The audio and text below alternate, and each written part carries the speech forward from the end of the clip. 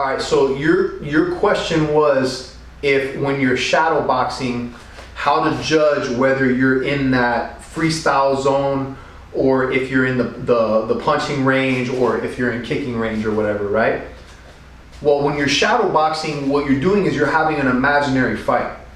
So when you're shadow boxing, you're lucky that your opponent is doing whatever it is you want him to do. So whatever part of your game that you want to practice, that's what you're working on, right?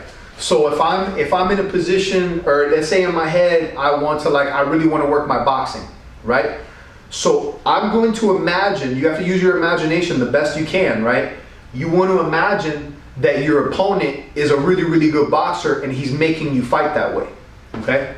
So I'm here, I'm moving around, I'm picturing that, and I'm pretending like he's my height, right? He's at least my height. Now, if I want to pretend like I'm fighting somebody bigger, then I make it that kind of a fight. But I'm going to pretend he's at least my height. So now when I fire my strikes, I'm fighting. Boom. And I have to pretend too like he's attacking me. It's not just about me being able to attack him. Now, let's say I want to work on using my kicks to shut down boxing.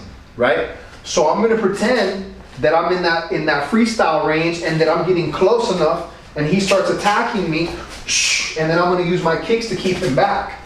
Okay? You can imagine whatever you want to imagine.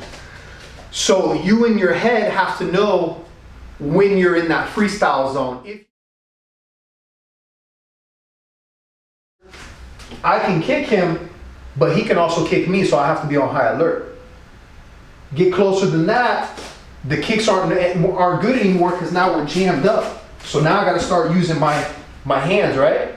And then we get even closer, we get into the clinch range.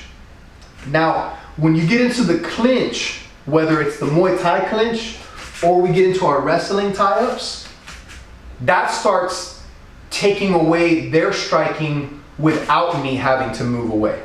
Does that make sense? Because think about this for a second, Tito. If I'm standing, let's say you're where the punching bag is, right? From right here, I can punch you, you can punch me, right? Yes. Makes sense because we're in the same range. We're both playing in that boxing range, okay? But now, if from right here, if we don't, let's say we're standing this close to each other, what do we have from here? What range are we in? Knees and elbows. Knees and elbows. And the knees and elbows are always better if you can grab. Why? If you can grab. Because once I grab the guy, I have control over him. Now, if he grabs me, he's got control over me. He can start moving me around. But if I grab him, now I can move him around and throw my strikes. Let's say I don't even want to strike. Let's say I don't want to throw knees and elbows. Not really, not with anything that's going to cause me any damage because I took your arms away from you, right?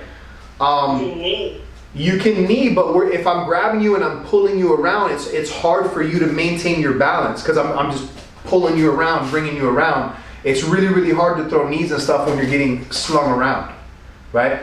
So in the clinch range, the person that's going to dominate that space is the one that gets the grips on the person first.